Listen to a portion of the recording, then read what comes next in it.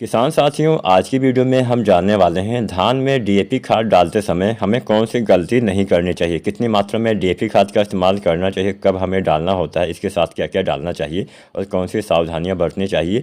ये तमाम जानकारी आज की इस छोटी सी वीडियो के माध्यम से हम आपको देने वाले हैं। चैनल पर नए हैं तो सब्सक्राइब करें। कोई सवाल कोई सुझाव हो तो नीचे कमेंट करना मत भूलिएगा और वीडियो को लाइक करना भी मत भूलिएगा। तो चलिए ज़्यादा समय नहीं लेते हैं, जानते हैं पहली गलती हम कौन सी करते हैं। अब यहाँ पे पहली गलती तो आप यही करते हैं कि जब भी आप खादों का इस्तेमाल करते हैं तो सही समय पे आप खाद नहीं डाल पाते हैं। अब यहाँ पे बहुत से लोग बहुत सारी गलतियाँ भी कर देते हैं। बहुत से लोग क्या करते हैं कि रोपाई के 10 से 12-15 दिन के बाद खादों का इस्तेमाल करते हैं। ऐसी गलती आपको भूल कर भी नहीं करनी चाहिए। किसान भाइयों, जब हम धान की रोपाई करते हैं तो रोपाई के 3 दिन के भीतर यानी 72 घंटे के अंदर आपके जो पौधे होते हैं वो अच्छे से मिट्टी को पकड़ लेते हैं। इसके साथ साथ मिट्टी में जो तत्व होता है उसको ग्रहण भी करने लगते हैं, अर्थात मिट्टी से भोजन अपनी खुराक को उठाने लगते हैं। अब जब इस अवस्था में आपकी मिट्टी में कोई तत्व ही नहीं रहेगा, यानी आप खादों का इस्तेमाल करेंगे नहीं तो पौधे को भोजन मिलेगा नहीं, तो पौधे का जो विकास है वो 10 से 12 दिन के बाद, 15 दिन के बाद जब भी आप खाद डालेंगे उसके बाद स्टार्ट होता है। तो यहाँ पे ध्यान आपको यही रखना है कि रोपाई के 3 दिन के भीतर समस्त खादों का इस्तेमाल धान की फसल में कर देना है। जो आप धान की रोपाई के समय खाद डालते हैं उसको आपको किसान साथियों डाल देना चाहिए।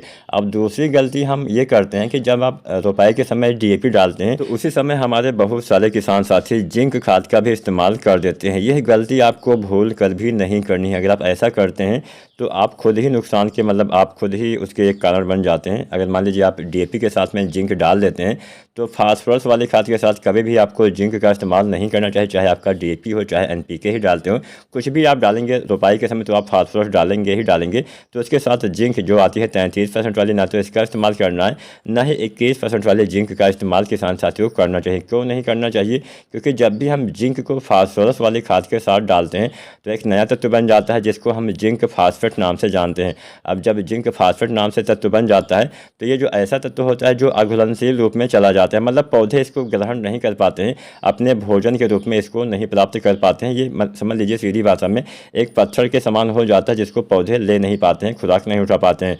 तो आपकी जो दोनों खादें हैं, आपकी डीएपी भी खराब हो जाती है और आपका जिंक भी खराब हो जाता है। आप खाद भी डालते हैं उसका फ़ायदा भी आपको नहीं मिलता है। तो इस बात का ध्यान रखना है। यहाँ तक कि रोपाई के 20 दिन के अंदर, मतलब जब भी आपने डीएपी डाला है फिर एनपीके डाला जिसमें फास्फोरस होता है, उसके साथ में आप उसके 20 दिन के अंदर आपको कभी भी जिंक का इस्तेमाल नहीं करना चाहिए। इसलिए हम जो जिंक डालते हैं वो रोपाई के लगभग 25 से 30 दिन पे डालते हैं। तो अब हम चलिए ये भी जान लेते हैं आखिर हमें कितनी मात्रा में डीएपी खाद डालनी चाहिए। तो किसान भाइयों, जो हमारी धान की किस्में, जो हमारी हाइब्रिड धान की किस्में 120 दिन या इससे कम दिन में तैयार होती हैं, उसमें अगर हम डीएपी डालते हैं तो यहाँ पे 28 केजी डीएपी आपको रोपाई के समय, 16 केजी यूरिया आपको रोपाई के समय, 11 केजी पोटास आपको रोपाई के समय डालना होता है। यहाँ पे पोटास हम 2 बार इस्तेमाल करेंगे। तो ये 3 चीज़ें आपको रोपाई के समय, आप चाहें तो कोई भी ग्रोथ प्रमोटर भी डाल सकते हैं।